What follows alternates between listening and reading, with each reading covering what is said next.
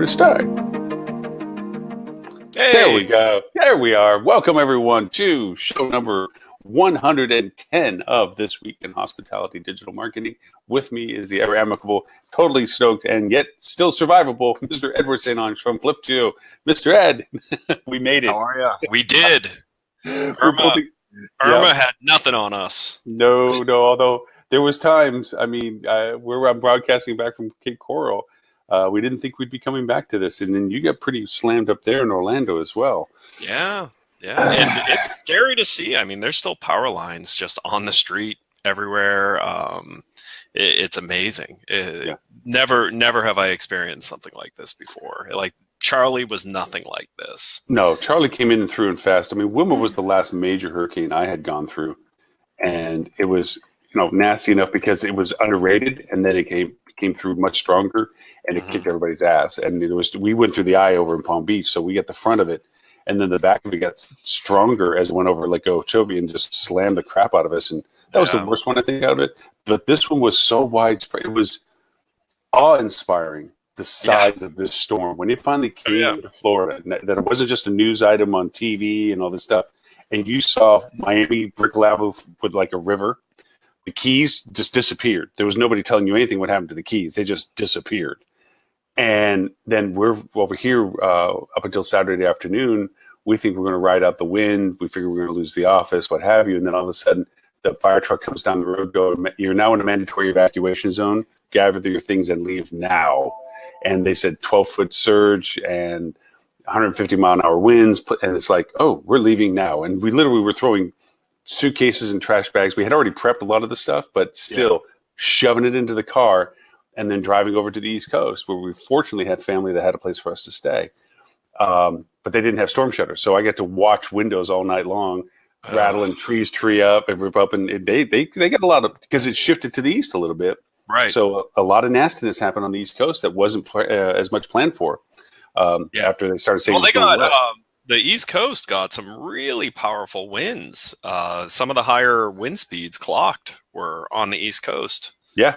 They got the dirty side of because the eye was so freaking huge. It was so big. And for people globally that whoever never have gone through one of these kind of size hurricanes or size storms, I really feel for when you think about the Pacific Ocean, where those islands, and you get a typhoon that's this category 5 or something, slamming straight in, and they have shacks, And did you see? Was it not Barbados, but Barbuda? What is that?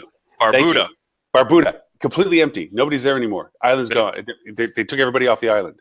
It's because it's literally wiped off the map. I mean, well, this has created. Let's bring this into hospitality. This has created a problem for the Caribbean. Because 8 islands were affected out of 32 nations. And so now they have a marketing problem because most of the world doesn't understand that, you're okay. You can go to the Caribbean. And even St. Martin, one of our clients in St. Martin, not only did they make it through 180-mile-an-hour winds, they're open and sold out.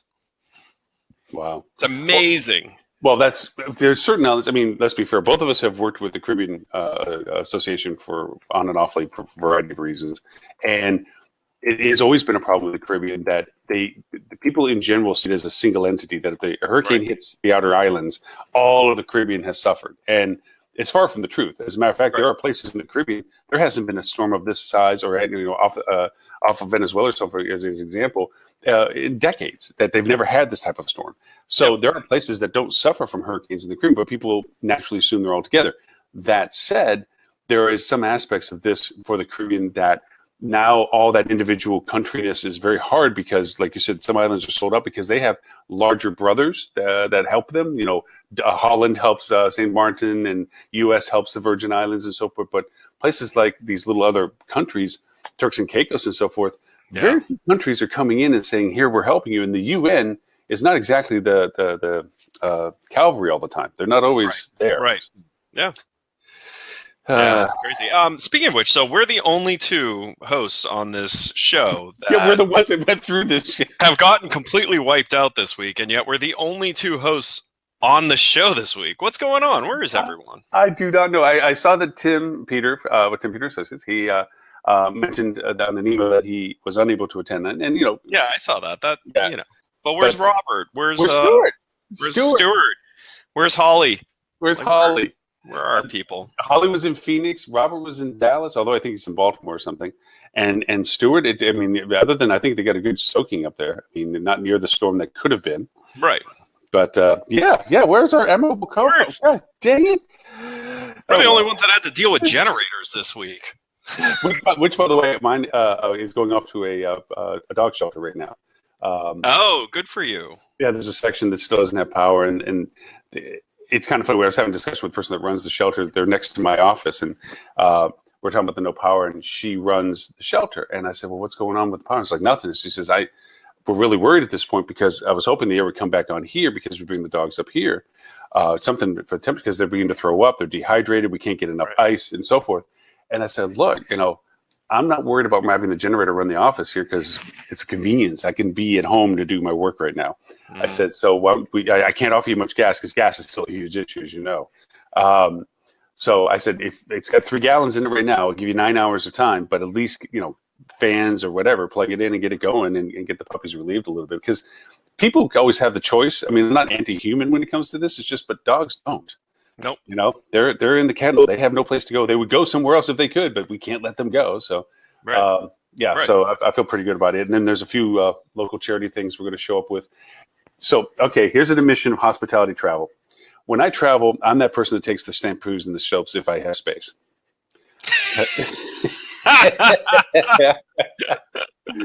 Because. Because you check your luggage. Because, you know, well, no. Actually, I very rarely check my luggage. I try to get whatever I can in my 3x3 bag. You know, when you stay at the nicer hotels, they always have the nicer spa stuff. Yeah. I don't grab the mundane stuff. I grab the the neat stuff. And so, and then of course I have a rule from my wife. Anytime there's a shower cap, it's got to be taken because she goes through shower caps. So we have these soaps, right? So we have these soaps now. Here we are. This has been very cool for us because when we used to have this as a condo down here, when we come and visit, we never had to buy shampoos, soaps, nothing. Because you kept it stocked. Yeah, we always had it stocked, right? Well, that accumulates over time. You know, you build into these habits and you accumulate over time. Well, it has been a good payoff habit now because guess what's going to all the charity stuff right now locally? There's people, they're out in the middle of nowhere. They don't have the soaps, the shit, whatever. And so we're making little Ziploc bags of all the things together, and we're bringing them over to the charity function this afternoon. And so they can get handed out to people over what's an area called Lehigh Acres. They're still underwater. There's still no power. It's going to be weeks before anything happens. Most of those people don't have the means of getting a generator. They can't drop $500, $600, $800 on a generator. They're paycheck to paycheck sometimes. Right. Although I think if you're a disaster area, FEMA, you can apply for FEMA to give you a generator. And someone was telling me that. And also lost income. A lot of people don't realize that they can do lost income and so forth. Listen, this is what's been challenging for us is we lost a week of productivity. You know, most of Flip2 staff, and even now, everyone's barely back to it because still there are quite a few people on our staff who have no electricity. And then there's the next level who do have electricity, but no connectivity at home. So, you know, when they come here, they're just, you know, they're not in the right frame of mind necessarily. Mm-hmm. So it's been a distraction and, you know, it's challenging, really challenging. Do you think Stuart's showing up because we called him out? Oh, I hope so. I hope so. Stuart, we thought you weren't going to show up because it was a bit windy today or something. Oh, my Lord. Lauren and I were talking about how we're the only two out of all the hosts that, you know, actually had to deal with generators this week, and we're the only two who show up on time. Congratulations. I'm glad you guys are both safe and sound. Thank you very much. And thank you very much for checking in when you did. Yes. Our cell towers had no data, so I got it, but couldn't respond to you. So I was like, oh, good. Now he's really going to worry. Yeah. No, thank you. I came back from Ricky, so he said your whole crew was good. So Yeah. No. Well, unfortunately, so we have a corporate apartment because we have so many people that are remote that travel in to stay with us that it just made sense. Yeah. The corporate apartment never lost power and never lost internet. So it's been like our hotel for our staff that's been affected. And then also the one other nice thing is people have been bringing their dogs into work. Yeah. Yeah, because they don't want to leave their dogs in the heat. Right. So We've had great office visitors. We have Oh. a greyhound rescue today named Music, who's just a sweet pup. So yeah, it's been nice. I tell you, the dogs every day make you smile. Every day. Oh yeah. Make you smile. There's not a day that go by. This building in its thing says you can't, but they've kind of become lenient. But we used to have an office dog. We used to have Ricky's dog Duncan, who's a some type of hound, but he's like super tall. He used to be our office dog. He was here every day, and it's great. It changes the mood of the office. Yep. Stuart, thank you for the well wishes while we're going through all that. I sincerely appreciate the concerns and the messages and so forth. And to Ed's point, there was just times where as soon as you get it, you get like 15 messages, and then everything would go away, and you're like, well, I guess they're going to worry about me for a little while because I can't answer anything, So. But no, thank you very much for the well wishes. Speaking of which, on the hospitality side, I thought I'm not a big fan of Rick Scott as a governor, but He did a fantastic job on this, though. Yeah. First off, I sincerely appreciate that he told all the hotels you got to accept pets. Period. That's a state thing. You got to let pets in, and I hope out of this as a residual that the hotels that were forced to do that realize that it is not the arduous, terrible thing that has prevented them from considering it as a market strategy for them, because pet travel is pet travel. 40% of people own pets, and yes, there are choices to leave them behind, but most often people prefer not to. So why deny your business by saying I'm going to exclude an entity of your family? So I bring my Angora rabbit everywhere with me. I can see you I bet you pet him just like this. You go like this. In a lot of the destinations where we have clients where there's 2 or 3 pet-friendly accommodations, they crush it. I mean, they're always they have the highest rate usually. Yeah, exactly. And I don't like the mandatory fees associated with it. I think there should be just the same obligation of if you damage your room, you're still liable for it. Then instead of always just amping up the cost just for the privilege of bringing the pet, say, look, you do accept the liability that if your pet causes damages that we can identify, it's going to cost you for us to take care of it, and leave it at that.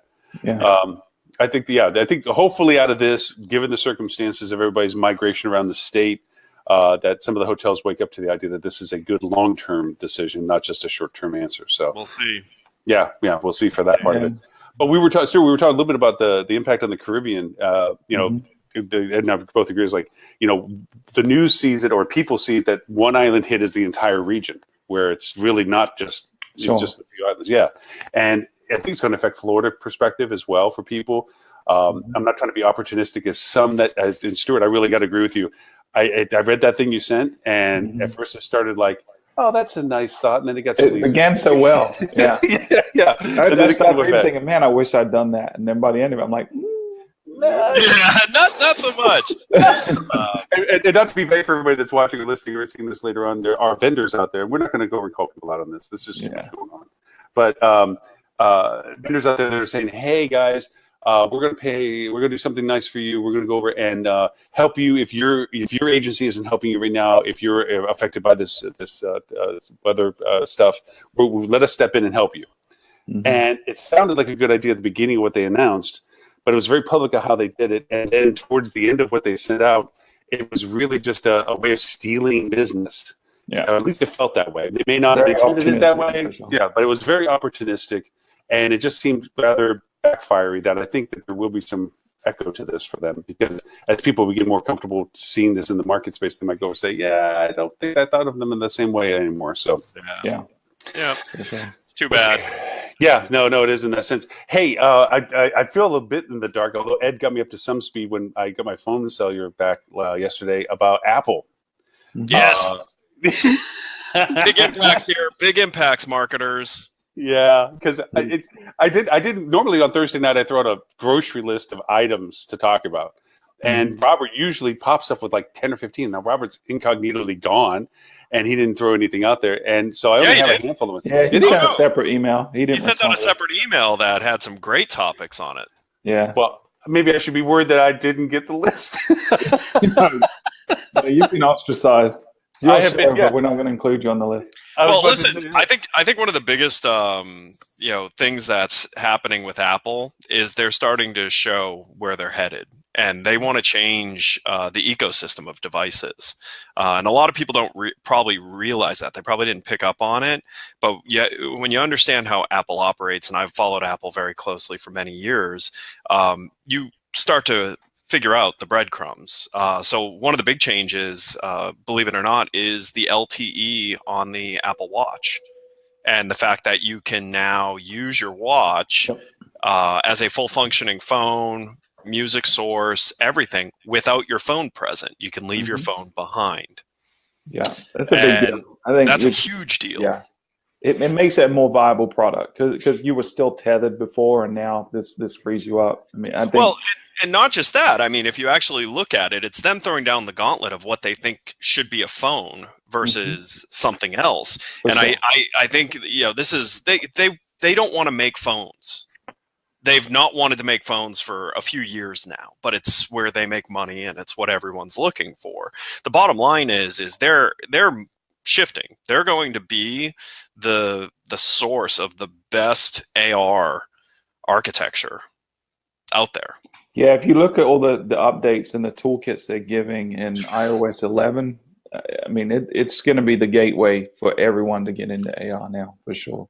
And they showed some really interesting AR They did. software. The sports one was the best one. How cool is that? So basically, if you're at a sports game, you can hold up your phone and hold your camera pointing towards any player, and it'll pull up stats on the player in real time during the game. Well, and here's what's even more amazing about that. If you actually pay attention to the nuance of how complicated that software was, they weren't just pointing it at one player. They had it at the field, and above every player was an image of them. You could click on it and view their stats and everything. It's cool. God, that changes a lot. I mean, and that's actually a really good usage of AR. Yeah. See, right now, you just said something I didn't even know happened. I feel like crap, because I must have got my internet back later than Ed did, because Ed went over and saw this stuff, and I have yet to get caught up with all. I went to a place where I could pick up a cell tower, and I watched it. So you go on beyond that, right? And privacy is going to be a huge concern. And we had this with Google Glass when it came out. There's a lot of limitations in how you could use AR with Google Glass as a developer, but you could walk up to someone in the street and understand who that is and overlay content related to who it is, background, when you last met, whatever it is, Yeah, that's powerful stuff, but also very, very scary stuff. Well, and that's the thing that, and you'll see people build creepy crap that like people react negatively to. So, and that happens every time we get a leap in technology change. But man, I still got to tell you, like, as you all know, AR, I think, is the future, because AR overlaying the internet onto the physical world, I believe, solves one of the biggest challenges of the internet today, which is how do you make it consumable? And I think the way you make it consumable is to overlay it into real life.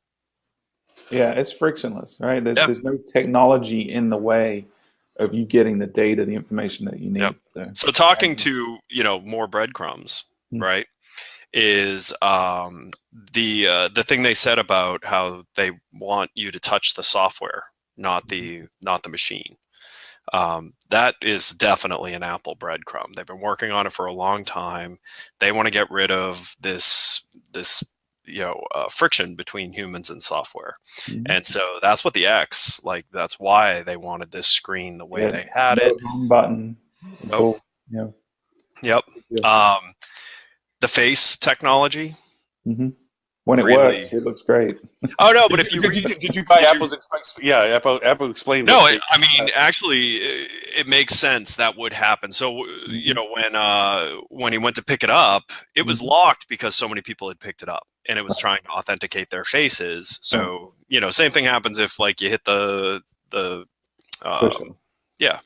Yeah. So, listen, I'll say, even if that was a real hiccup, it's still, that appears to be less buggy than the first version of the thumbprint that they had. For sure. Yes. Well, that was super buggy. And it does answer one of the primary questions that people had about this face recognition technology that Samsung didn't say through, was the 3D imprinting allows you to say that you can't just take a photo of somebody. Right. and say that that's going to jump it. Well, listen, what they developed there, and this is the really interesting thing.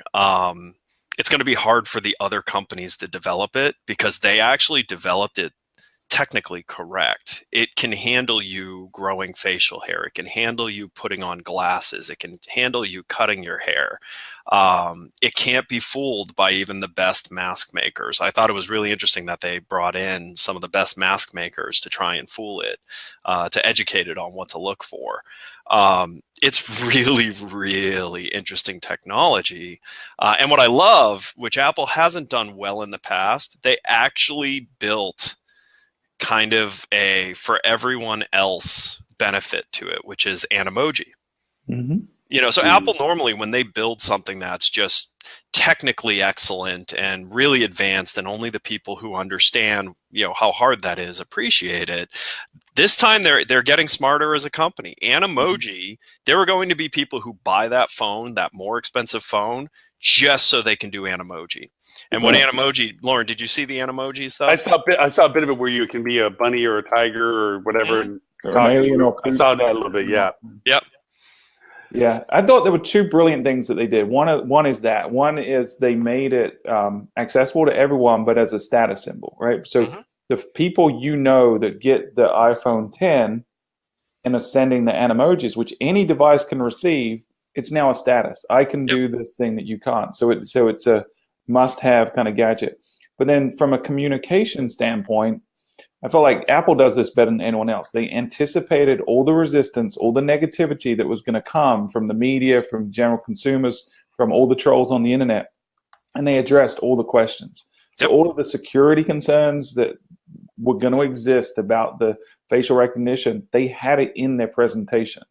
They negated the argument before it started. Here's the interesting thing too. I actually think what they're moving towards with the facial, and they called out it's a 1 in a million chance of a match, where I think fingerprints 1 in 50,000 or something. Yeah, 20,000. I think. Or 20,000. Yeah. So when they can get that to 1 in a billion, which actually I think would be achievable within a year or two. Then you actually achieve something that everything else has laid the groundwork for, which is true thin client. And meaning you don't carry a device around with you. You go or you see a device, it authenticates you, and your environment is on that device. For sure. Yeah. We're not going to be carrying around a $600 device in our pocket that we have to pull out. No, we're going to be carrying around $1,000 device in our pocket. It's going to be a part of us. Okay, so are we unanimous? Or we're all just going to wait until the end of October to do this pre-order? I've been torn on it, and actually, where they got me is it's a bigger screen and a smaller phone. So I'm a plus. I've been a plus person. But man, I'll tell you, it's a big phone. The Plus is a big phone, and you feel it a lot. Yeah. So where they got me was just smaller form factor, bigger screen, because the 5.5 inch screen has eliminated my usage of a lot of my other devices. And I actually even find I'll be sitting at my iMac, surfing the web on my phone versus on my iMac, which is right in front of me. And part of the reason for that is there is just a better experience on certain sites in their mobile experience, and it's easier to navigate with the touch. Yeah, I could say from a technology point of view, and it's been an interesting thing to live through with this Irma, is that phones were the only communication point we had because T-Mobile totally blew, so my iPads were useless. That was the platform I had on the iPads, and the phones really were. I had AT&T, and my wife Renee had Verizon.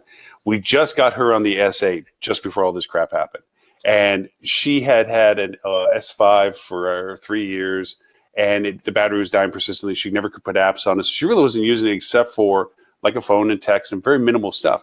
She got this S8, and all of a sudden, incredible OLED, the screen. Bigger screen than what she had before with the edge-to-edge stuff.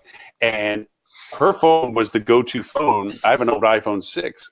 And her phone was a go-to phone for about the entire time we were here because the resolution was just so amazing.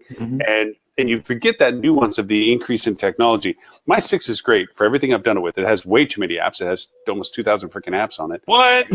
Yeah, I am completely and utterly shocked to hear that you would do that. I would do such a thing. And it's dog slow because the processor is falling behind the app development. And I'm waiting for this new phone. I've been stretching. Of course, this gets delayed, and now I got to wait till October instead of the end of September. But the idea of it is that now it's like watching somebody's eyes open up with my wife, where it's like, oh, look, there's an app for that. Let me download it. She never did that. She never downloaded functional stuff like that before. She could watch NFL last night on her Verizon subscription. So here we have this big old TV over here, whatever. She's like this with her phone. She's like, this is a great screen. I mean, it's just so I can only imagine with looking at the new iPhone, the same mentality I'm going to have. I'll be like a new kid again. It's like, oh my God, look at this. Look at the screen, so crisp and so clear and so good looking, and it could do all this other kind of fun stuff. But you add that with a new watch with the cellular and the GPS, you're dropping $2 to get. I mean, oh wait, no, you forgot the other thing you're going to need. You're going to need ear pods, so that way you can use your watch without your $1,000 phone. Oh, and then you're going to need the wireless charger pad. Oh yeah, that's a given. That comes out. Oh, Yeah. come on, that's a given, man. I mean, I can have that now. You have nothing put on except for a watch, but that's okay. But like I have Gen 1 watch. I have the 6, not the 6S or the 7 or anything like that. Yeah. And it's like I'm sitting here going, well, at least if I get the 8, I can still get the AR stuff. I still have the processor. They can still handle it. But then again, I know you guys, and as soon as I get the 8 and say, look, I got an 8, and then in November you say, oh, look at my emoji. I got an emoji here. Yeah. And then I'll just lose that whose is bigger and who's better thing. So here's what's funny, again, talking to nuance of this, and I think it's important for anyone who is watching this to understand why we're talking about this. This has something to do with marketing. This is going to shift consumer behavior yet again.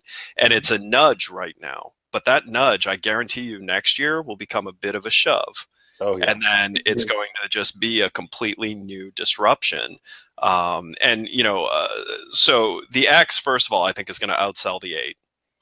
And what I think is funny, I would take the bet on the other side of that. No, I think the X will outsell the 8. And one of the reasons I think that is I think the people who make the noise about Apple's premium are not the ones who are the volume of Apple customers. And I think some of those will quiet down because the better device, the value proposition is obvious in that device for the price point difference. It's an obvious value prop. To have a device the size of the smaller iPhone that has 2 hours more battery time than the bigger iPhone, that's beneficial, right? So there's a lot of compelling reasons to go up to that phone. I think come the end of a 12-month cycle with that thing, the X will be outselling the 8. There was an interesting article Mashable put out of why not to buy Apple, the 8. And it was kind of funny because they were talking about the fact that Apple's being very smart with their Apple payment programs and everything now that they get you into the ecosystem. You can buy and get the Apple Care, and every year you can get the new phone. They get to resell your old phone. And so you're really just paying a very expensive lease to a product, and you keep and they force you to keep in the ecosystem to make a value proposition for it. And what you just said, Ed, reminds me of the fact that, yes, that's good for those who are right on the threshold of affordability. For most of the Apple product users, the price isn't the issue. The product's the issue. It's like, I got to have that product. I mean, you figure the collaboration between the new phone integration, the Buds integration, the new X integration, your AR stuff and so forth, and the notification processes that are going to happen with the speed factor that processor has. I mean, it is mind-blowing, that processor that's in that phone. Well, it's more powerful than the 13-inch MacBook Pro processor. Yeah, it's crazy. It's crazy how that's going to be sitting in your hand. So now walking around in the environment with AR, where your phone can go over, or your watch can go over and say, hey, you love pizza. There's this amazing pizza place next to you that has this whatever world-famous something. You can take your phone and hold it up, and there could be a whole AR thing related to whatever it is tailored to you for that particular thing that you couldn't get elsewhere, that you're scrolling and thumbing and missing the world around you while you're looking at a little screen. You're not going to do it. This little screen turns into a little window at that point. Yep. The marketing potential of what this translates to for AR, again, to your point, is it's just staggering what it's going to come. But the biggest impact coming from Apple wasn't spoken about at this event. But Robert did get a TechCrunch article about it, which is Apple in iOS 11. So that means all Apple devices that download iOS 11, which is going to be the majority of them. Mm-hmm. There's now native camera support for QR code. Mm-hmm. Yeah. That is going to breathe life into QR code. Yeah, it reduces a big barrier to the effectiveness of it. And I've always been a fan of QR. I think it's received a lot of unwarranted, like, just negativity. A lot of people it's supposedly right? Yeah, it's supposed to have been dead man walking for 10 years now. Yeah, I've been a big fan of QR myself, so yeah. Yeah, I feel like it bridges the gap between the real world and the virtual world in a way that nothing else really has done effectively. So I've always been a fan. And now I think here's with the problem. AR Marketers kind are of the negates reason. it, right? Marketers are the reason that QR code is got a bad rap. Because they're putting on billboards, right? And well, not just that. Like, well, even beyond just this obviously stupid use. Like, I forget who sent me. I think it was Lauren, but someone sent me an email, and in their signature, that was me. On an email, I did that. There was a QR code in the signature. Yeah, and I instantly said, like, I called them, and I'm like, Lauren, you could have just put a URL. I know. I said no because. Do you know where that came from? I'll give you the actual story behind that. So, hold on, let me get the QR code on your signature. Right, yes. Well, okay, so here's the fun part. So I had a guy that actually ended up being the partner what got me out to Dallas originally who was anti-QR code. And so just to be a shithead, I went over and put the QR code on my signature line, on my Gmail account, whatever. And I put all these little icon links and all this other crap and sent it out, and just left it there. Just totally forgot about it. Just to send it out there for it. And because he was so anti QR code for years, we'd argue about this QR thing that it was. And to me, I know it's from a marketing perspective, it's a pain in the ass, but from a usability, it was great. I mean, QR to your point transcends stuff. And I remember to this day when I went over to China. Everything had QRs on it. The TV ads had QRs. And I didn't understand it. And I don't know whether it was you or it was Tim that told me that the reason for that was the keyboards, English was the keyboard earlier, and then, of course, eventually the Chinese keyboard changed over to it and so forth, and not all of it's there. The QR was the easiest way to get the information correctly over to the person by letting them scan it and just going to the website where the language was already there. Yeah. And I thought that was brilliant. Yeah, and so that's what I was going to say is what actually killed the QR code here was the crap that was behind them. Yeah. In a lot of cases, you'd scan a QR code and then what's behind it was just complete garbage. Like it had no value to you. Yep. And so, being somewhere where, and for me, I think I was ultra sensitive to it because I refused to download QR code software and, keep it up to date. And, a lot of the apps that were on the App Store for QR code software, like they quickly went out of usability, like because the companies just stopped supporting them and everything. So I'd have to download a new freaking QR code reader just to look at this QR. So I have an expectation. I have an expectation that you're going to add value. Right. And they very rarely did what was behind that QR code add any value. But I love the idea of QR code. And I think now that Apple will have native support for it in the photo, in the camera app, that instantly means Google and Android will adopt that as well. So that means QR codes now won't have as much of a barrier for the user. So they'll probably be a little bit more forgiving of the stupid stuff some companies do with QR code. But that also means, if more of us use QR code technology correctly and add value to the people that we're trying to interact with, which should be a rule in all marketing, by the way. If you're trying to get someone to do something, add value. It shouldn't just be about you. I think it'll become a mainstay. Yeah.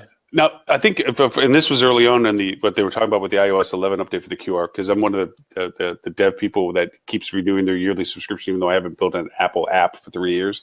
I stopped making them a while ago. The idea was the QR read is a smart QR too. Like if you go to a router, I think this is the example I saw. If you go to a router and you scan the QR off the router, it logs you in. Right, it logs you in. It knows what it is you're looking at. It sees what you're trying to do. And if it's an address QR, it instantly goes to a address card where you can decide to add it to your address book. Like there's a lot of really rich functionality. More intelligent than people think. I think people look at them just as a link, but there's a lot you can do. And I think what Apple, the reason Apple's integrating it with the camera is part of this AR play, right? Because part of AR is recognizing what's in front of you. So for an average developer, if I'm developing an app for my store and I want someone to come into my store and recognize something and have AR stuff overlay, QR is a really easy, foolproof way to do that. Yep, and it'll get more consumer adoption of the usage of holding your phone up to something to learn about it. If you look at what they did with, and I'm going to bring up Star Wars because I like to do that. That's going to be on my bingo card. But if you look at what they did with Force Friday 2, with the toys, where you could go into the stores and they had these augmented reality setups where you could hold it up and like the porgs or characters would come up in the store in your AR device. Oh, is that why you weren't on the show that week? I may have had something to do. But QR is a layman's way to get that kind of functionality without having to know a lot of technical stuff. So I think it makes sense that they're doing QR now. Well, speaking of Star Wars, and this is a challenge to you, Stuart, when we get together, I want to play the lightsaber battle with the AR. Oh no, with the VR, but the because I forget who's putting the game out right now, but the lightsaber, you can actually do battle. You feel it through the lightsaber, and you can actually fight each other. I am so wanting to do that. Cool. I might not never leave. Here's what I'll do. While you guys are doing that with your VR masks on, I'll get a hot poker and randomly touch you. Every time you think like a 4D movie theater. I'll randomly burn you with a hot poker anywhere the other hit you. So you have the full experience. Full effect for it. Yeah, you're gonna have to lob off a hand before the end of the fight. I mean, of course, and then I'll just give you a robotic one. Actually, I have one in my office. I saw that game and I was like, man, I got to do that with Stuart. That's just gonna be too much fun to try to do that. So for marketers, like QR code, I think can come back into your paradigm, but please, for the love of God, use them properly. Don't trash it. Don't trash it. Add value. Add value to people. But one other thing I thought about too, and I don't know whether this is a connect the dot yet or not, but we stopped talking about beacons because they're a mainstay and they have their place and they're not as what they turned out to be and so forth. But because Wi-Fi is better. Yeah, but again, it goes to the idea that this methodology, this framework in place, that with the augmented reality, with the beacon technology that could feed or push or information to you, or Wi-Fi, I agree with Wi-Fi, I understand, which is already there. But again, going to that connection to that and also QRs, as you look at QR things and connect the dots of the proximity, what you're looking at, what you're using it for, and what you're viewing, the ability to find out a person's interest or position of purchase turns into a much higher probability, I would imagine, because not just from retail perspective, I'm talking about if walking through the hotel, they keep going by the spa spot or they keep going by the coffee shop or something. And even though they may not have actually made a purchase, the fact that they're there lingering or looking at a menu or looking at a QR that pulls up something or augmented reality of something, it all begins to add a data stream that can be finited later on for that same user. It's Minority Report on steroids, actually, I think about it. Yeah, but listen, any sense of privacy that you have right now is completely misguided anyways. There's no such thing as privacy. Privacy went away a while ago. Oh, and actually, Experian has helped with that. Oh my God, Experian! Yeah, we've just been going through you guys that whole. Lock your credit reports yet? Yeah, well, so 2 out of 3, because the third one can't get them. Cannot get a hold of TransUnion or whatever it is. Oh, you can do it online. I did. It's freezing. I mean, we've been trying to keep trying. Online. I got through. Got it locked. That's what we did since last night. One of the first things we've been trying to use our newfound happy day internet connection is like lock credit. It's like everyone needs to go sign up for some identity theft service and freeze every credit report. Oh my God. Yeah. And then for them to have the balls to charge you to do the lock is just mind blowing. Well, I think they've backed away from that now. Yeah, they have. Yeah. But just the fact that they even try to pull that shit like, you should pay us to lock. It's like, you should have freaking held on to it. Yeah, and be careful if you do contact them and them specifically where the breach was, read the small print because they're eliminating you from class action lawsuits. Yep. And well, you have 30 days out now because it's been covered and people got mad. Yeah. Yeah. Well, and the luckiest thing that happened to them was Hurricane Irma. Yeah. Probably Nothing like covering up your bad news with a natural disaster. Yeah, yeah. Those guys were like high-fiving each other. By the way, just if anybody ever thinks that they're unique in the sense that they think differently than somebody else, go through an event like a Hurricane Irma to realize that you are not thinking differently than anybody else. There's a whole mess of people that think just like you, that gas station that's 3 blocks off the main road that nobody knows about, you're going to be able to get gas there. No, there's By the way, 1,000 other people that there. gas station is open. I mean, there's enough people who know about it to keep business. So, or the fact that you're going to get a generator here or an air conditioning unit there or whatever. Or if you actually think that Amazon will deliver things when they say they're going to. I wanted to bring that up because you know what? I'm getting my 5-day meal ration pack delivered today, which was supposed to be 2 weeks ago. Yep, I'm getting my stuff tonight from stuff that should have been delivered over a week ago. Yep. By the way, Lauren, I've filed with the Attorney General because they had no disclaimers. They still have no disclaimers about these shipping dates, these get it by dates. Yeah. And if you actually look, and I don't know if I shared this story with you, so I complained to customer service at Amazon, and they sent me back, what I thought was a form letter, but then confirmed it was a form letter when it was about Hurricane Sandy. Oh, what? Gosh. What? So they've known this issue of, we're not actually going to give you stuff that you're ordering, so maybe you should go buy it from a local vendor who's actually there and has it. Hurricane Sandy. I have the email. Wow. I submitted it in my submission to Pam Bondi. I just want to hear Pam Bondi call out Amazon because if I don't know if it's made the news up by you, Stuart, but when you hear our Attorney General talk about businesses that have been caught gouging, she's on TV calling them scumbags and that like saying, I'm going to destroy these businesses. I'm going to use every fine I can. And if I can't find them out of business, I will make sure that they never can recover their reputation. Like, this is our Attorney General. She's amazing. Wow. That's cool. She's tenacious. Yeah. I was thinking much more. Tenacious is a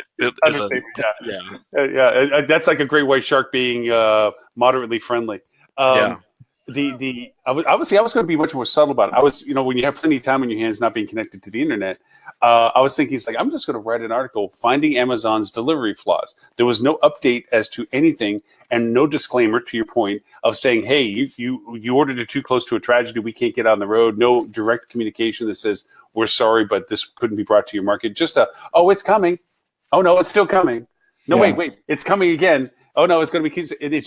It was mind blowing. So my packages, Stuart, were on the truck to come to my house. Yeah. Mm-hmm. Oh, for days. For days, it was the on truck leaving the depot to. No, the truck was en route. They called the route back. This was on Friday of last week. A day and a half before the storm. Yeah. So it was. So Amazon, I'm mad at them. Yeah. Meanwhile, I'm still buying stuff. I think we're okay. Your house was survived, but you didn't get that latest video game or whatever you ordered from Amazon. That's what it was. It was a water cooler, so I didn't have to go and buy bottled water. So guess what I was doing Friday night? It's a double first world problem. I was scurrying. Yeah. Well, I have decided, because I have a gas generator, and this whole gas thing. I went over and before we left Dallas, I sold tons of jerry cans that I used to have for hurricanes, and only kept one 14-gallon one, and which created a problem when we get down here because here comes a hurricane and we didn't even buy any more. But there's this new Goal Zero 1,500 watt battery packs. Yeti. Yep. Yep. Yetis. Expensive as hell. $2,000 to get one of these things. But, that's if you get it with the solar panels. You can get just the right. You can just have it plugged in. But the idea of it is that you can, when you get down to basic necessities, keeping an air conditioner running or a fan, may be able to make ice or have ice, and having a refrigerator to keep your food from rotting, really key elements. And this thing kind of handles all of it, because believe me, for the past few days, I've been running around to my neighbors who aren't down here, ripping out disgustingly wretched food out of refrigerators that didn't start back up. I mean, I didn't realize how bad food could go so quickly. I mean, I used to have restaurants that, of course, the cooler would go bad. This was wretched bad. I mean, this was amazingly how fast bad it went. But yeah, that's been some of the fun of it down here. Well, listen, like a lot of people don't realize, your refrigerator, 4 hours. That's it. That's all it's good for is 4 hours. Your freezer is like 26 hours, but your fridge is 4 hours. Yeah. And your food starts going bad. Yeah. So, yep. Anyways, all right, let's get off of Irma. Yeah, let's get off of Irma for this. Let's talk about some other fun stuff. So how about Motel 6 calling ICE on their guests? Yeah, and not that's not Motel good 6, enough. a Motel 6. It was a couple in the Unbeknownst. Phoenix area, right? It Yeah, was more than one. unknown by the brand, and I'm sure that's not a brand standard because It's not in the why hand. would you want your customers to be exported? Yeah. Well, This is the environment we've created, right? Where whistleblowers are likely compensated in this case. So, Hey, I don't know. if you look at those hotels' ADRs now, because if you got to put the compensation for everyone that they get into it, it's like a $500 a night Motel 6. Yeah, I mean, I think if I was Motel 6 at this point corporate, I mean, I would do a thorough investigation and be as transparent as possible about And yank the flags, no matter what. If these people did it, you kill yank those the flags. franchises. Yep. Name the people. Be very vocal about what specifically they were receiving. Was it the franchise owners? Was it the individuals? Who was getting the kickbacks? Like just disavow yourself. And where were the kickbacks coming from? Yeah. Like just go all in on this because they have a challenge anyways. Motel 6, they're trying to recreate the brand, and the challenge they have is where they've done it well. If you look at like the TripAdvisor reviews, they're all consistent of wow, it was much better than I thought it would be. A huge value for the price, really good. The problem is there's nothing, like it's a huge cliff on the bad side. So like a normal hotel, the bad will include things like you annoyed me with your slow Wi-Fi and first world problems. With Motel 6, like the bad reviews are about guns and blood and arrests and meth labs and stuff. So like if you think about that turnaround, it's really hard to do. Like that's a hard turnaround to do because just rehabbing the product isn't enough. And if you haven't looked at Motel 6's new design, their rooms are amazing. Like they're exactly what a $50 a night hotel room should look like, right? Yeah, clean, no frills, updated. Yeah. Yep, but no carpet, so that way they don't have to clean up after easy things. Maintenance. Yeah. Yep. We haven't talked much recently since Best Western made their changes. Do you think they're still on the right path? Best Western, I think, is going up market. Okay. Like quite a bit.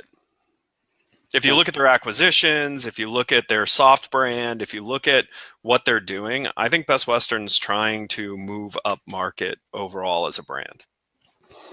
I saw my first redone Best Western recently, and is it a Best Western or like a Best Western Plaza? No, Best Western, just straight Best Western. There was no Plaza, and I saw one room when we were looking, and just mainly the common area. Most of it was just common area I could look at it. I was happy with the changes with it. I was really kind of surprised. But for me, and maybe this is just age related, Best Western had a certain image to it and a certain feel to it, and it's gone. There's nothing about the old Best Western that's in its current branding that I could relate to. It's just literally turned into, and I don't mean this in a negative way, but to your point, a step up, a generically tiered. But there were always some nice Best Westerns. The Best Westerns in Tarpon Springs, Florida. It's probably one of the nicest Best Westerns you've ever been to. There's a river that literally goes through the lobby, like a natural river. They built the hotel over the river, and like it's a really neat hotel. That's cool. Easily a 3.5 star hotel as a Best Western. So, and I really think it's, it was a great property. It was built as a great property. The owners wanted a flag to have the distribution, so they picked the cheapest flag they could do that, and they all had that. But I think these companies are learning from like a Loft. I think Starwood's the one who started this movement of budget friendly, but design is still there and quality and, and I think a lot of that also has to do with, the millennials. Oh, so I have to share something with you that'll make you feel happy. So you made a statement in, I think it was either last week's show or the show before, I can't remember which, about how with the OTA changes of services, that hotels historically used to go and have to get a brand to get financing, and that the OTA should consider changing their priority with hotel owners and offer some sort of financial infrastructure so that they wouldn't go to a brand and instead be tied to them. I have thousands, and I'm not exaggerating, thousands of interactions from that post going through a posting that I reposted with. Oh, really? I took that out of because I have I take excerpts out of the show of my show notes and post those on different platforms, Twitter and so forth and so on. One of the most active, engaged statements of that was made that I had excerpt out and sent back that I only just recently saw. I mean, as I come back online last night, I started looking at some stuff, and literally thousands of engagements between Twitter, LinkedIn, Facebook that I had on it of people interacting and saying stuff about it. So if you get a chance to dig it back up on LinkedIn, I think there was some interesting feedbacks on it. Interesting. Yeah, but in positive. It wasn't like. Oh, good. I'm sitting here like not quite sure if that's good. What an idiot. Do I have a problem or? No. It was just one of these things where it was like, yeah, that was insightful. That was, that should be under consideration. Yes. Tired of getting held hostage by brands, blah, blah, blah. There was some interesting comments. I was really kind of fascinated seeing the kickback off of it. So, but yeah, that was one of the most engaging. It's an interesting notion because the OTAs are definitely making a play to become providers for the hotel industry, especially. Well, and that's what it was based in. That's what my point was based in is, if they're going to start, adding, and they're adding more benefit, like they're actively trying to add more benefit with revenue management tools, with, guest feedback tools, now with, Expedia now owns Alice, these are things that they can turn around and add value to the hotels. I mean, you're talking to a point where certain hotels, I'm sure, will feel they get more value from that stuff. So Booking.com with what is it, Boutique, that tool set for a small hotel, like who doesn't have the brain space or the budget to be online. And they're not worried about the margins because then now they're locking up the client on the stuff that they're making the margins on, right? So you're really not far away from having a full stack solution for any hotel, to completely replace a flag. It's scary. Oh. Who's someone joining? It looked like something, but we lost. There's Ed, but I'm here. I don't see. I think someone's trying to jump in, right? There's two Eds. There's two me? It's my worst nightmare. Hey, it's like a parallel universe. Uh-oh. How many of me are there now? It's like evil twin Ed. How many Eds are there? There's 3 Eds. No way. There's 3 Eds. 2 dark screens. He's cloning himself. Stuart, we're going around. He's found the secret of cloning. Oh, no, I got cloning down. Have you not seen my son? I just had to figure out how to age him quickly. That's funny. I've never had a doubt in my mind that Ed was going to conquer the world one day, but I didn't realize it was going to happen and live on this show. Okay, well, regardless of what the technology just splintered and fractioned Ed. Oh, we lost one Ed. Now we might be losing another Ed. I reabsorbed them. I'm going to bring up something controversial because there has a reason for it. I miss a lot of the discussions with HSMM because of the storm. I couldn't travel out. But I think there's also a little undercurrent that's happening in the industry. And I just want to call it out as a statement on the show and then eventually see if something comes out of it. But I think that brands realizing that their stranglehold, as it were, given the what we just talked about with financial, and that they sometimes are the catalyst or the only way that a person can actually start a hotel is have the franchise back behind it, is that they are beginning to influence our industry in a way because the industry leaders, and I'm talking about, hotel organizations, not business groups, but hotel organizations like HLLA, HSMEI, HFTP, blah, blah, blah, blah, blah, are losing relevance in their construct. And as they try to find relevance, corporate America, corporate hotelier branding is filling that gap of support with a price. And that they are getting connected to these organizations, and through that connection and support are now getting control over the voice and the influence that these industry leaderships used to have as a voice representative of the industry, and instead now not so much an untainted voice potentially. And I'm not trying to throw poo-poo on, disparaging on all of them. I think it's just a transition that's going on in our industry right now. Notice how he said all of them. Some of them he's going to. Some of them I'm going to. But for the most part, I think that we are losing our industry voices, unbiasedly, industry voices, to a more biased version of their involvement. An agendaed version, an agendaed version of it, yeah.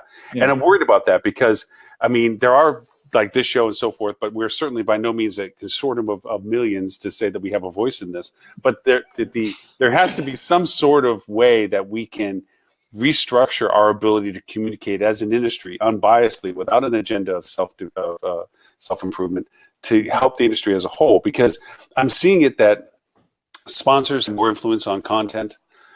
Content is filtered through sponsors. Organization structures are changing where money dictates participation more than caliber of person or industry relevance. And I think that this is a bad trend. And I think that if we don't start calling it out now, it'll get past the point that we even have a voice to call it out for. So I just want to kind of throw it into the idiocracy of the hospitality industry. And for anyone that hasn't seen that movie, you need to watch that movie. Idiocracy, because it is an uncanny. It's bang on. It is so true. Especially when when Dwayne Johnson runs for president and wins, it's going to be fulfilled. He killed it. Yeah. I mean, the only way it could be different, like more accurate, is if it was Terry Crews, because he's the one who played the president, right? Yeah. So yeah, listen, Lauren. Here's the thing. Some of the brands have a identity crisis right now. They're no longer hoteliers. Because in order to be a hotelier, you have to own a hotel. So there are brands who made their entire claim, built their brand on being hoteliers, and they're not hoteliers anymore. So if you're not a hotelier anymore, what are you doing? You're selling franchises, and I've brought this up multiple times over the last many shows that you need to look at.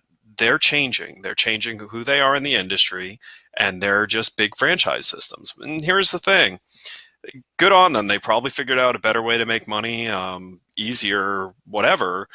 But the bottom line is, go look at any franchise system, and only one entity really makes a lot of money. And it's the franchise system, not the people who own the franchises.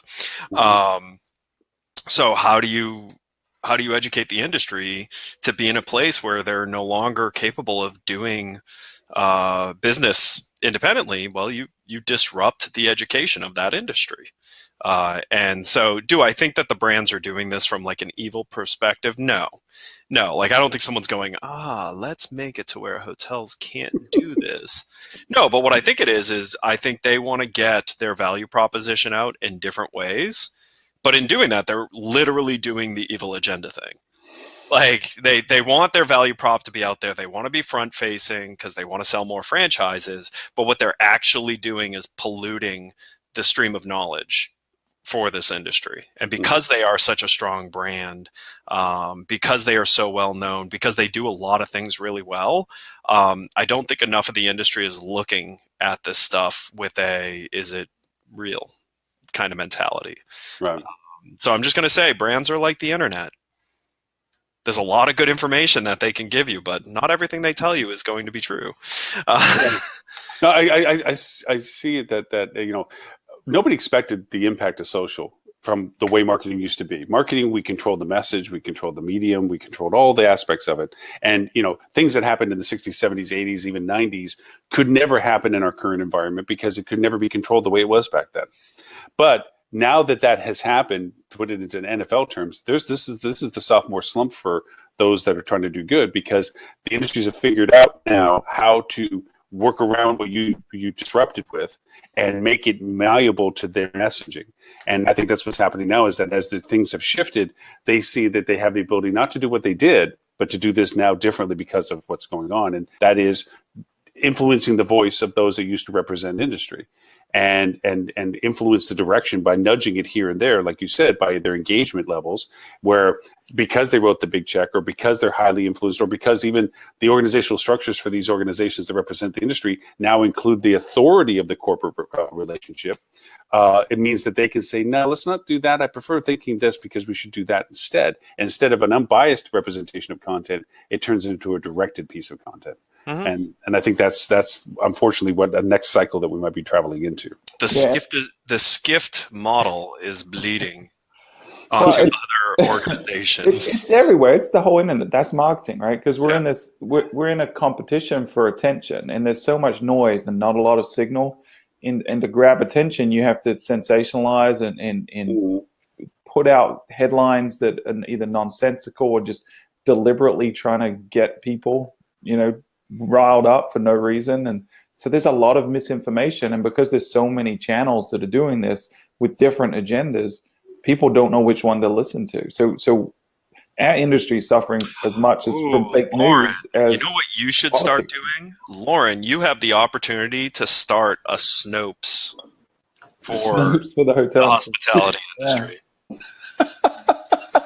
Okay, good. All right, that's yes. Because I kind of think my next 4 months is kind of like a blaze of glory. You ever see the movie The Replacements with Keanu Reeves and Gene Hackman about football? Mm-hmm. And later on in the movie, where he walks up and says, "They've severely underestimated me because for you there is no tomorrow, which makes you very dangerous men." And I'm thinking, for the next few months, who knows? Maybe we can. Until they vote you off their boards, and Well, that's it. I mean, regardless of, the world's going to change anyway because they're changing. Everything's changing structurally and so forth for all the organizations. HFTP's doing the same thing. HLA, they're all doing the same kind of stuff. Yeah. They're streamlining. They're being more selective as to who's engaged with their direction processes. All with noble reasoning, but at the end of it, it's really for alternative things. So anyway, but I want to make sure that I got thrown into it. I didn't. There were some other things that Robert has sent over that I hadn't had the chance to look at. One of them, he had some good stuff. Yeah, I mean, off of his list of stuff, I didn't even realize. But Marriott, I knew that there was something going on with St. Thomas. Did you get a chance to look at this one? I didn't get to see this one. That's what happened. Super unfortunate employee.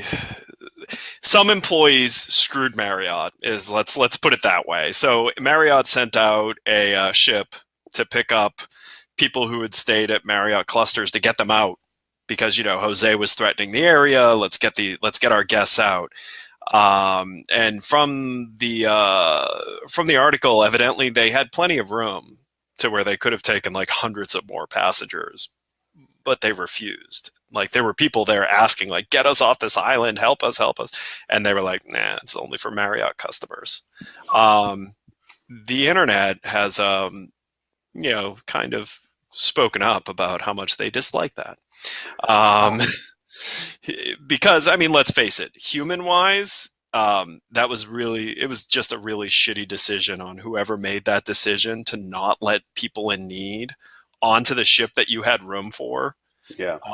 So, that human being should be called out and it may not be the people on the ship either. It could have been a supervisor, who knows, who made the call. But whoever made that call should no longer be working for Marriott because this is a PR nightmare for Marriott. This is a really crappy PR nightmare. Let's face it. Like this paints an image of what Marriott is that Marriott does not want painted. Yeah. And I don't think it's accurate either. I mean, Marriott is a hospitality company. Their, executive leadership are hospitality minded. I have a feeling that if any of them had been in the line of decisioning on this, they would have been like, yeah, you know what? Put as many people on as you possibly can and keeping it safe. And let's do it. So whoever made this call, first of all, they're a bad human being. I'm just gonna start there. Yeah. It's been an invaluable, and it goes back to the core of something you said about hospitality people versus non-hospitality people. Some people might, from a business perspective, and that when I read briefly about this before I had the chance to read much more of the article, I thought that most business people look at it as like, why am I responsible for these people? I mean, it's just a business. I'm giving them a room and what have you. But this goes to the core of hospitality. They're our guests, and we care for our guests while they're still our guests. And we should care for everybody, in the sense of being hospitable, that, you can help with wherever you can. I think before the show, I was telling you that, my generator is going off to a puppy shelter because I don't need it for keeping an office running when we can keep dogs from overheating and dying, and it's not because, because I'm trying to be very, it's just because you help. Then here's 2 cans of propane. And by the way, let me clean up my neighbor's trash. And it's not just me. I mean, there are people doing way better and bigger things. And the same thing goes with hospitality. I mean, if they can fill a boat because they can get more people off, that's hospitality. And yes, the boat's there because Marriott's taking care of its guests, but it should not have been the criteria. And then to something you pointed out earlier, one of the things we've gotten out of our society now is you have to totally cut off what happens. Disavow them, disconnect them, get rid of them, demonize them. I mean, extend as far away from them as possible, because Yeah. any hint of saying, hey, well, let's look into this is demonized. Yeah, you can't justify it. There's no way. No, This is very similar to Motel 6. You got to say this was individuals. This is how we're dealing with it. right. It could so easily have been the opposite for them if they'd made the opposite. Quite honestly, Marriott, beyond all of that, to just like further, once they do all that, they should also be making a huge dedication to the hurricane relief funds, whether it's a mix of cash or whatever. Like, this is because, man, like you need to separate yourself from this because it's inhumane. Yeah. Like, we're not talking about like with what we're talking about with Motel 6, that Motel 6, and then what we're talking about with this decision that someone made running this ship, or whoever made this decision for Marriott. These are inhumane decisions. Like, you're potentially like costing people their lives. Yeah, this could be criminal. Right. Yeah. Well, like they unfortunately, not to go back to Irma, but in Hollywood, the retirement center there, the inhumaneness of that, the unfathomableness of that happening, and again, I'm not a fan of Governor Scott, although I have to say for some things he's been doing is good. One of the responses he had is, hey, you know what? Regardless of the outcome of what they discover or don't discover, this is so bad that the state can't support this organization. We're not giving them state funding at all because they've demonstrated they're incapable. I mean, that kind of that ability to cut off so completely whatever you have access to. Like, you have to. These people, like, this is so damaging for Marriott that and honestly, they should be looking for ways to bring up whoever made the decision to have charges brought up against them. And Marriott's smart enough, and they've got such a good reputation, which I think people are willing to give them the benefit of the doubt. But you're right. If their PR team aren't huddled together right now trying to think of ways to overcome this and make up for it, I'd be surprised. They're going to look to invest heavily in making this right. And I gotta say, it's kind of interesting to see post advertising on TV and so forth as we get it back, of how some businesses have responded sensitive to the tragedies that are going on. And I think Houston in its entirety, and this is from somebody that was not near as affected as others locally, had a much more dramatic for wider spread event than Florida, where we had a large event, but only certain areas had more dramatic damage done to them than others. And they're in bad ways. Don't get me wrong. By far, I'll take what I got in Florida any day over what happened. People in Houston, like Key West got totally wiped. Anything in the Caribbean, not as much though. Like, that's the other thing I want to be careful on, because I know people who are back at their homes in Key West. It did not get wiped off the map. No, not like that little island. And I want to be careful, because there are hotels in Key West that are eventually going to want you to come back to Key West. Like, they're not like.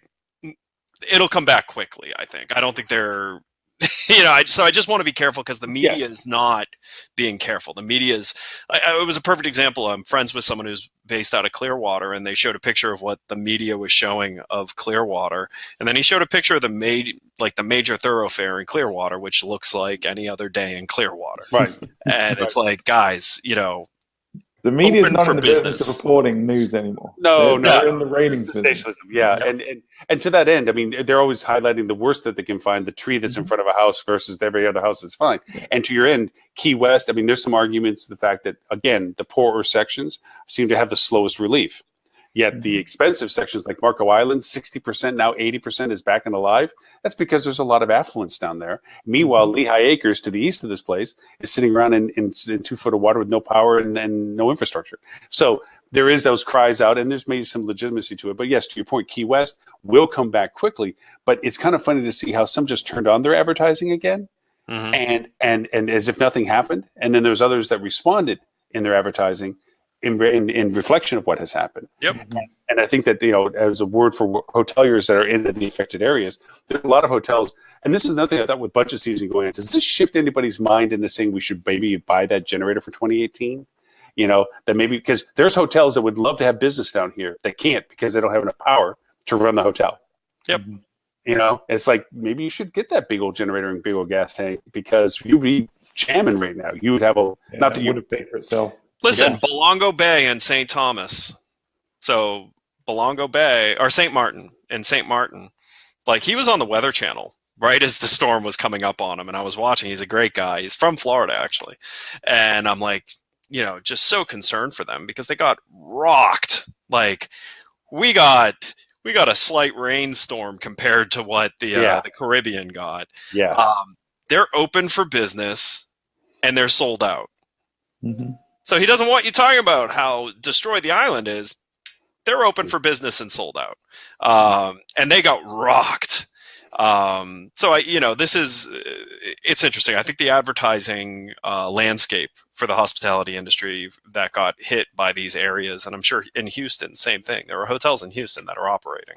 Mm-hmm. They're going to be needing to think through their transition off of. I mean, there's demand, I'm sure, just by housing the people who are in town to fix stuff. And New Orleans had that too with Katrina.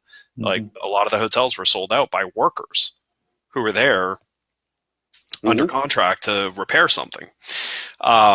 So it'll be interesting to watch. I just caution everyone. There's a right way to do advertising and marketing in times of disaster. Yeah. And then there's, the wrong way. There is no gray.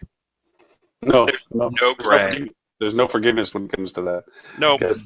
Because just as we mentioned, even if you were just to be, it's sunny as 72 on the beach, you're going to get somebody that says, oh, that's great. I'm so happy that it's 70, 72. I'm 2 blocks away from you. There's no freaking power, You're always going to have something because it's too vocal and too open out there for it. But yeah, to your point with the marketing and for hotels, especially because they're in that kind of second phase budgeting right now. I mean, this is with the dialogue over the presented budgets that were created in August before the finalization, October maybe. Mm-hmm. Some of these things got to come up in question. You got to say, hey, look, do we have to start planning for this stuff? Because whether you believe in global warming or not, this stuff is kicking the crap out of places now. And there has to be a different paradigm as to how you respond as a industry and as a business if you're hit or if you're in the ancillary areas. Because if you're Atlanta, Savannah, all those places that people migrated up to from Florida, they got jammed. And all the local economies, the infrastructure couldn't handle all the people that were migrating to them. Mm-hmm. So, speaking of which, I want to talk about masterful PR. JetBlue. 99. Yep. We got $99 seats. Yep. And not one to sell. So Delta is like hustling to bring in, like they brought in more capacity. Mm-hmm. And they did it using their normal pricing strategy. Like if there's 3 seats left, they're $1,000. Right. But they hustled to bring in capacity to get people out, and they were getting slammed because they were $800, $900, $1,000 seats. Mm-hmm. Well, here's the thing. First of all, this time of year, that's kind of what they cost to fly out of Orlando. I mean, so let's start with that. But secondly, JetBlue, masterful. They looked and they're like, we've maybe got a couple hundred seats left on the planes coming out of Florida. $99.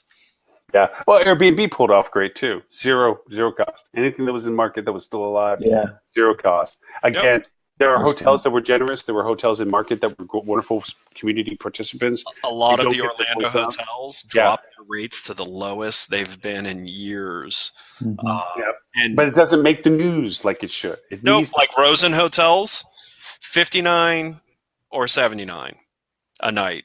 Bring your pets, no fees. This was before Rick Scott made it mandatory.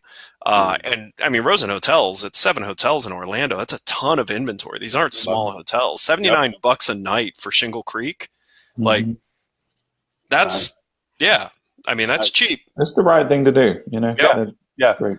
But that kind of messaging, and I guess maybe too, to say to that point, for those who did that out of the goodness of being hospitality people and hoteliers, you do need to take advantage. There's no benefit to silence. I mean, yes, there's the benefit of I think the after effect, like once it's not too soon, you do we're proud of our team who took time away from their families. Like you can make it a thanks to your team to house these people.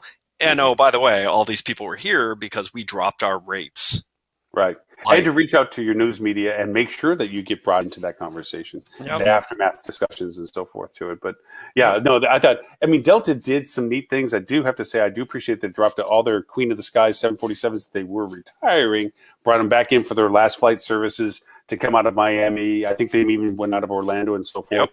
But it did smell a little bit of, this is just, doing more business. And not doing the charitable thing where you put all JetBlue. Those people who got on those planes to get out of Dodge appreciate it.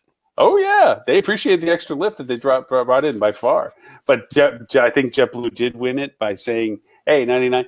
And also I thought it was kind of neat when they did that. It reminded me of the fact that I had conversation with the clients where there's like, "Hey, we got so much business. We're in season. We don't need to advertise." It's like, no, this is when you need to advertise because this is when you're the belle of the ball. Everybody's paying attention to you. Mm-hmm. So make sure you're out there. Even if you got nothing to sell, make sure people are out there so you can garner the connection. So when you do need them, you have a means to get to them because they liked you so much. So this kind of adds to that story a little bit. So cool.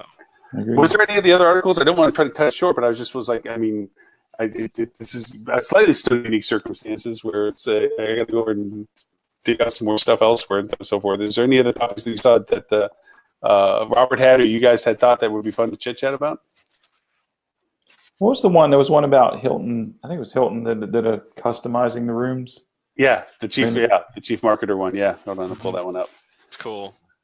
It is neat. I didn't read the whole thing. I kind of once you said he sent out the list and I found it, I was it's cool. But I'll just give Hilton a warning. That level of personalization, when you get people addicted to that, they're going to be completely burned by the rest of the way you treat them if you don't make it go all the way through. Yeah. You got to on that promise. Don't personalize my hotel room and then send me a spam email. Don't personalize my hotel room and then send me an email that's nothing but images. Like that has no human aspect to it.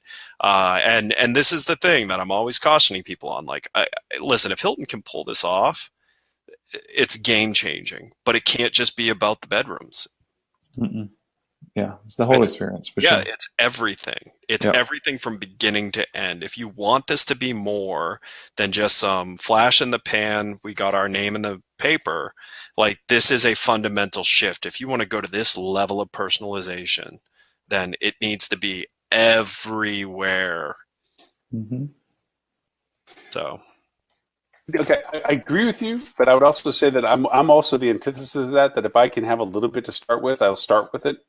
As long as I know I want to expand from it. I think it's a starting point. This is a great starting point. My warning is if they don't trickle this through the rest of the experience, then it's going to backfire. You're going to attract a group and then burn them. Right. Yeah, you're setting expectations, I think, that need to be delivered on, for sure.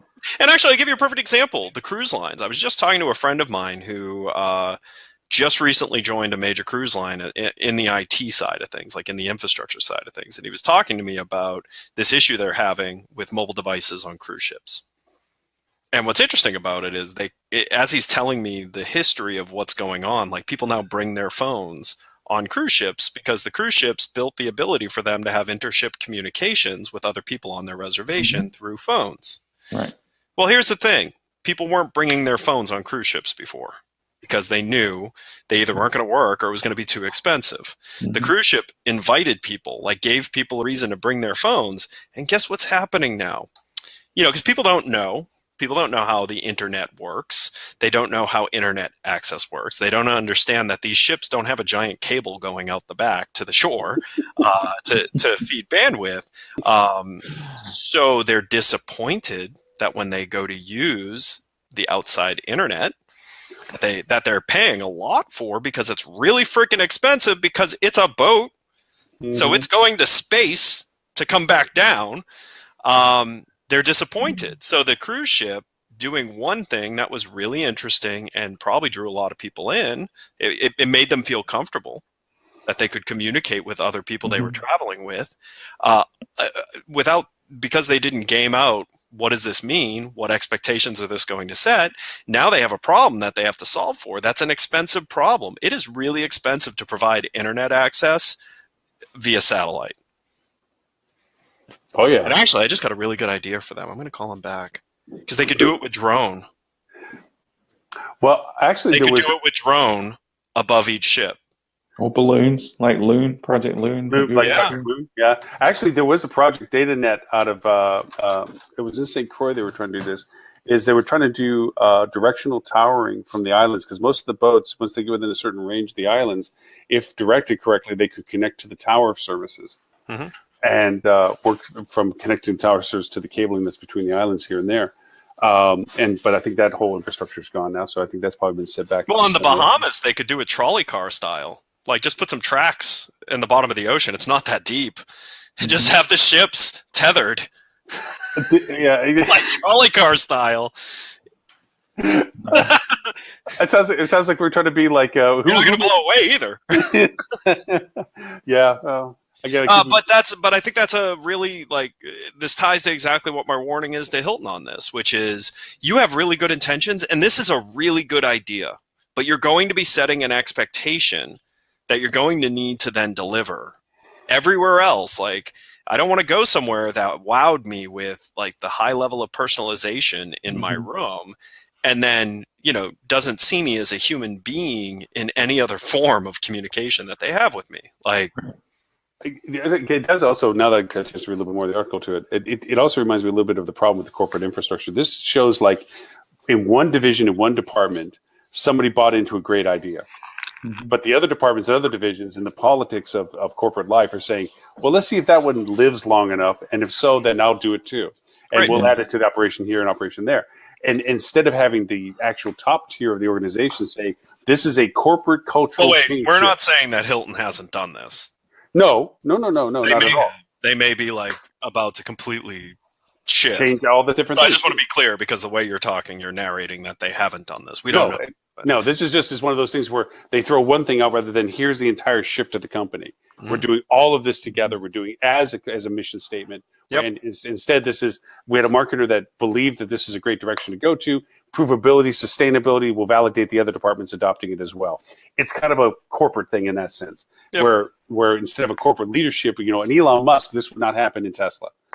This is where Tesla goes. Why? Because Elon Musk said this is where Tesla's going to go. And here, Hilton or it doesn't. I think Tesla's a bad example on that, because Elon Musk has had a tendency of saying things that were going to happen but always under a single voice. That was the point. Is it's a single voice.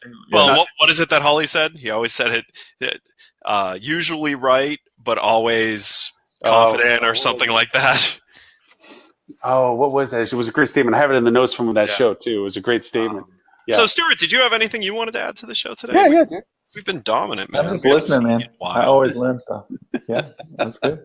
No, if anything, opinion. It's not always right, but it is always said with confidence. That's it. That's what it is. That's what it is. It may not always be right, but it is said with confidence. Yeah. Well, I think we were supposed to have had a guest this week, but because of all the circumstances, we weren't able to coordinate it. What were we going to have this week? I think it was Brian. It was a friend of Holly's. I have to go back onto the notes of it. There was some correspondence just given what was going on. We couldn't coordinate getting them on the show. I think it was. I have to go look, but I think it was Brian from. I have to go look. All right. Stuart, when are you going to bring on some guests? I can bring on guests. Yeah, bring on guests, man. Okay.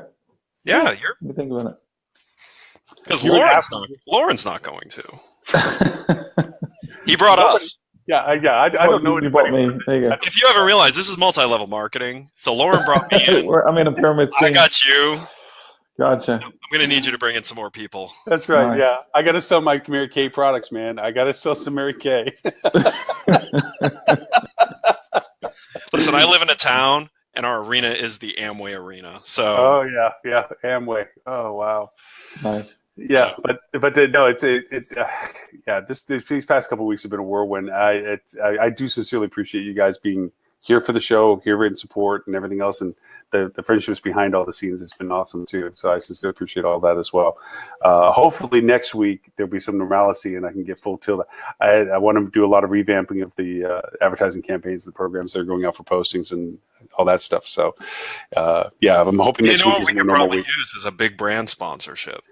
That would make this show better. Only if we listen to everything they want us to talk about and tailor our messaging so that only they look good all the time. Yeah, it's probably not going to be Motel 6 and Marriott after today's show. I thought I was fair in my assessment to Marriott. We were fair for sure. Yeah. We're hey, if anything, again, we're unbiasedly honest about For our. sure. Yes. It's, regardless of what it does to our ability to do business in this industry.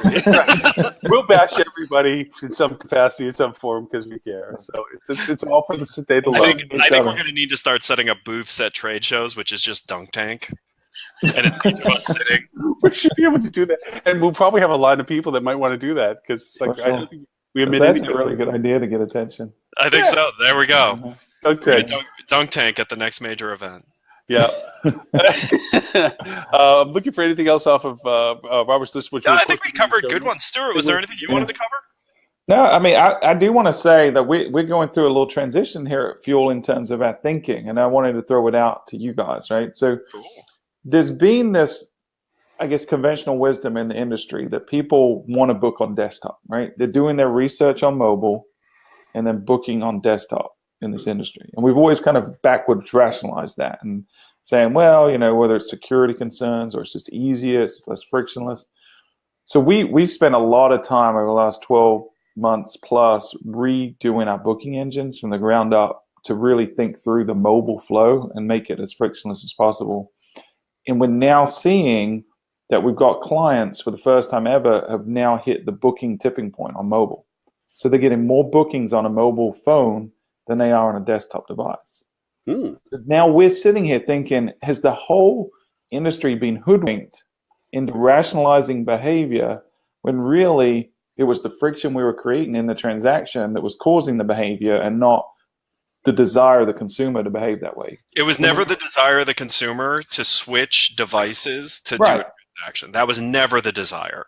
Right. But that's the people have rationalized it that way. That's people's choice to do that, right? That's what people want to do. But it's I think we've been in our own way. So, we hit the traffic tipping point back in the end of 2014, beginning of 2015 is where we saw for our hotel clients more traffic coming on a mobile phone. Well, we see it for your hotel clients. Your hotel clients get more mobile bookings than any of the other hotel clients we work with. Yeah, it's crazy. So, I want to kind of just start that conversation in the industry and challenging everyone to say, let's reevaluate our marketing from a mobile first perspective, because we live in that world. Everything we do transaction wise is on our mobile phones. We started out the show talking about the iPhone 8 and 10 and how revolutionary they are, but we've had iPhones in our pocket for 10 years. This is how we live our lives now. It's time the industry jumped on and started transacting hotel guests that way as well. Well, and here's the thing. I actually think a lot of it is held up by not wanting to invest in it. And it's not just the hotels. Like the vendors have not wanted to invest in allowing that shift to just completely go. Because here's the thing. There are people in our industry, vendors and hotels, that over-invested in the desktop universe late, really late. Sure. Like, so not, if you were an early investor in desktop, you got your money's worth, right? But there are a lot of people who are late to the game, late to the internet even. So they're not wanting to have to, especially in the PMS industry. I mean, I have people on a pre-DOS operating system PMS. Oh yeah, pre-DOS. Yeah.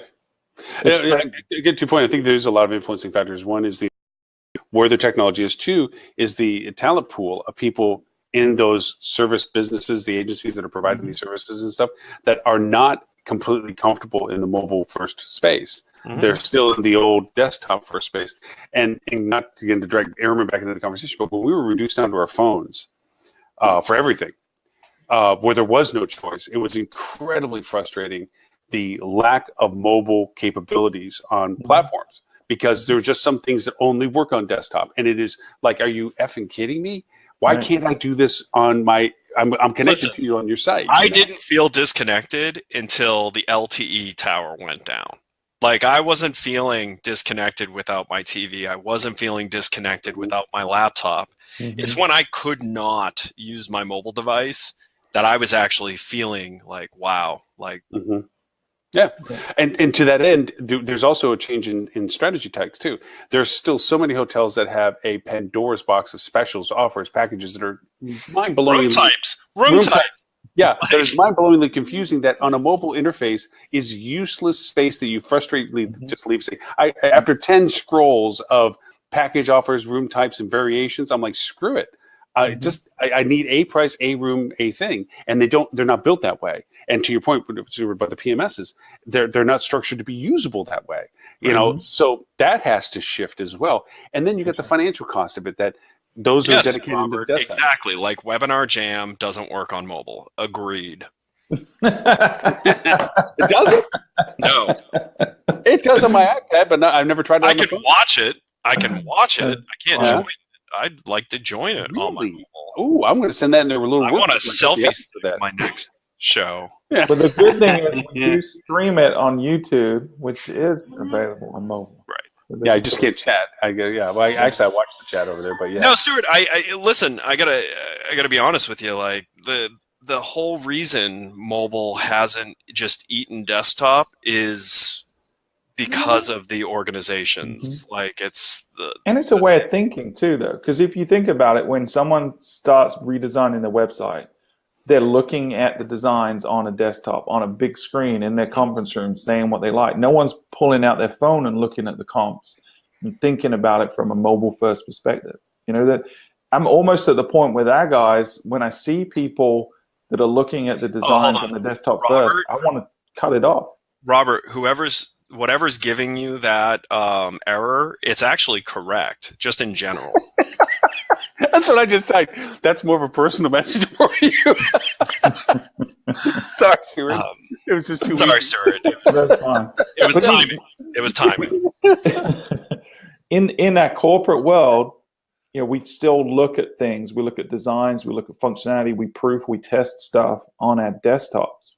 But that's not how our consumers are using our interacting with us. So we got to start thinking mobile first in everything we do, not just as a consumer, but as someone that's publishing content as well. Yep. And to dig up an old conversation we had about these direct channel services that get plugged into your website and do overlays for you and so forth, I found out something interesting. It's actually, Google has their mobile penalty now. This pop-up crap and this the interstitial. Yep. Yes. And we're seeing conversion shifts that we're losing because it's interfering with the mobile conversion value of it. And again, if anybody trusts that they're waiting for Google to say, "Oh, we are doing this or not doing this," is delusional. They're delusional, but they're driving themselves crazy because for weeks and months, Google said, "Oh, we're not considering that as an influencer as to your rankings or responses or relevancy." And then now all of a sudden, "Oh yeah, we've been using that for a long time." Oh, okay. So you've been lying to us for a long time. Yeah, we've been sandbagging you. We just weren't sure if we were going to continue. Right. Yeah, but don't worry. So does that mean you're using it for desktop? Oh no, we're not using it for desktop either. No, they're freaking using it for desktop. Now, Google have gotten a lot better about being upfront about, like, they've got the Chrome change that's coming next month with the SSL, whether you're HTTPS or not, and they warn people. They warn people about the pop-ups that went into effect in January, but there's still a lot that they're not telling us. They just don't tell you. Yeah, they don't. What's right for the consumer, not what's right for your business, what's right for the consumer, and it's probably going to be in line with what Google wants you to do. Yeah. Yep. So that's the thing. So in everything you're doing, always ask, am I doing right by my customer? And are you limiting what you can do in mobile versus what you can do in desktop, which is the stupidest thing to do? If in reverse, it should be completely available no matter what the platform. Actually, it's funny. There are entire sites, like one of my favorite blogs, I cannot stomach their desktop version. Like it's unusable to me. And I think it's because they just don't care on the desktop. But on the mobile, like, their experience is amazing. Like, and I have a lot of sites. I'd started paying attention to it where I'll be sitting here at my iMac going, and then I'm like, yeah. Because it's better. And listen, the mouse and keyboard is just stupid. I think the only thing that I still hang on to with the preferring a desktop or a laptop is graphics work. It's just it's still challenging for it. But I'll tell you something. I love spreadsheets on iPads, and much better than on that, because pinch and zoom, touch and tap, and all. I mean, way easier on an iPad or tablet than the traditional navigation on a desktop. And here's the thing: like, if you can't get your head that mobile should be your focus, you're screwed when the paradigm shift happens again. Because the next paradigm shift is going to eliminate desktop. At the very least, it'll be something that your dummy terminal engaging with, where you walk up and it's all visualization anyway, but not traditional keyboard stuff and things like that now. Right. Now, that's probably right. Bringing this full circle, if we go back to the Apple discussion at the start, and we kind of hinted about, that Apple's anchoring the rate now with the iPhone 10, right? They're trying to set a new normal for what an iPhone costs and probably shift up all of the costs later. But if you pay attention to the watch, they actually lowered the price. Yep. Like the Series 3 GPS watch.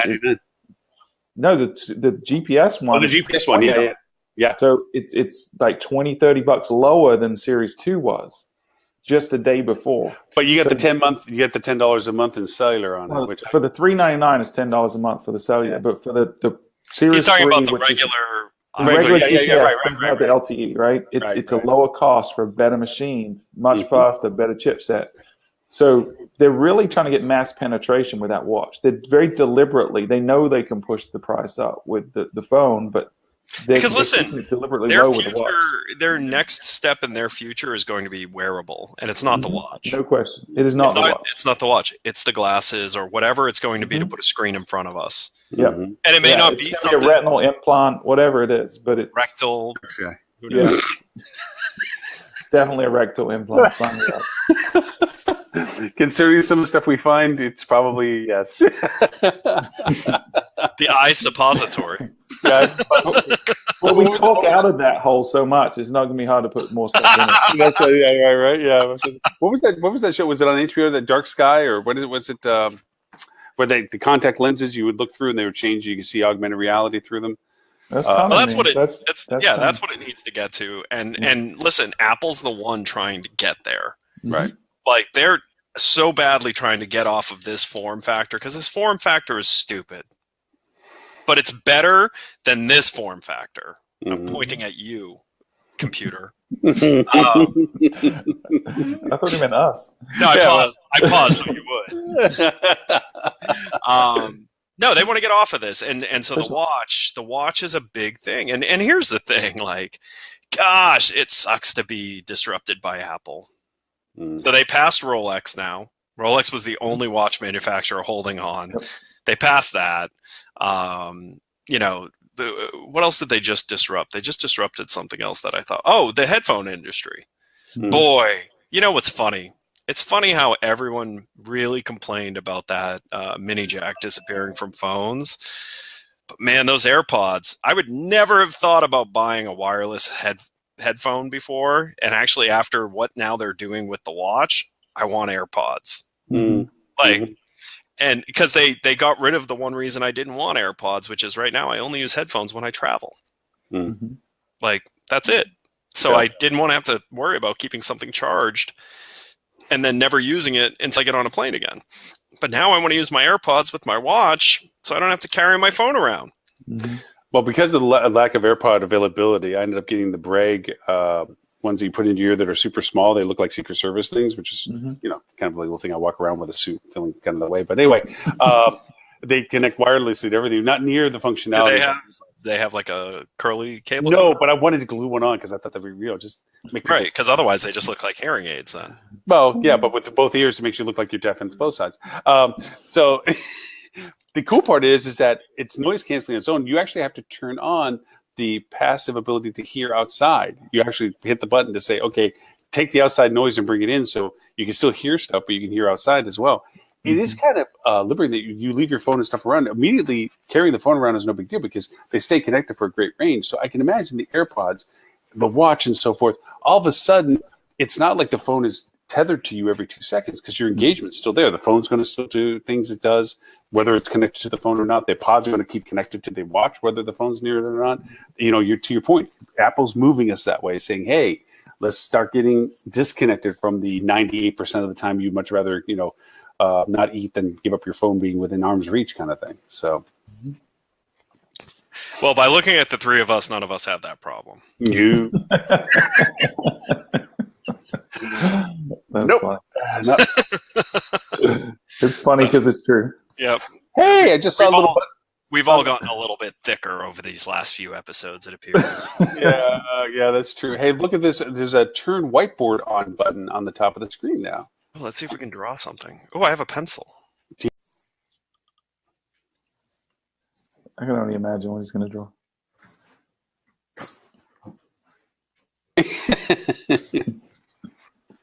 Transparent. Look at this. You got text. You got.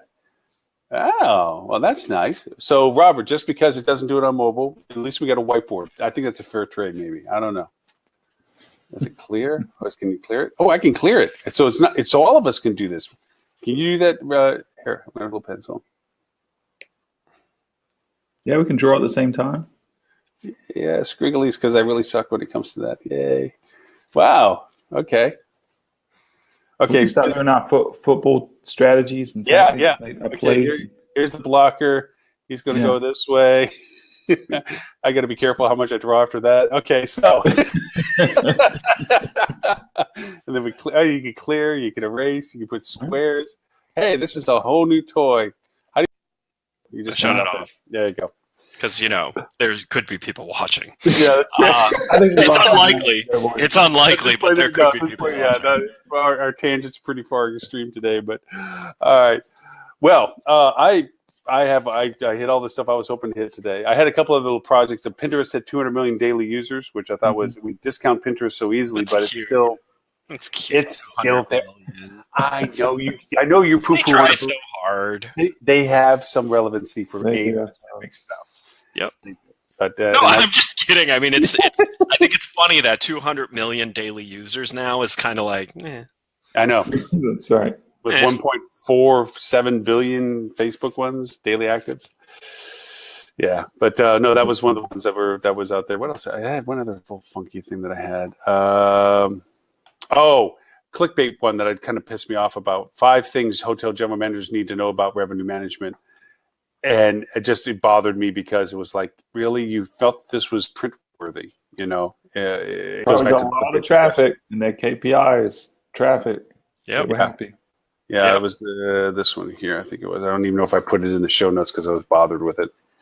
Oh yeah, I just want to see. Did they at least remember to put 5 in? Yeah, and that was the other thing. I actually left the UTM tracking in there. I was so mad at it, I didn't cut it out. I was like, yeah, okay, whatever. They're gonna think you really like it. Yeah. Number 1 is getting the right information. Yeah. So forecasting. Didn't they put a close this window next to that then? Yeah. No, they didn't, unfortunately. But yeah, I was a little. People don't read the articles anyway. They share the headline. They're not even reading the content. Forecasting, segmentation, mix positioning, measuring success, and building a revenue management culture.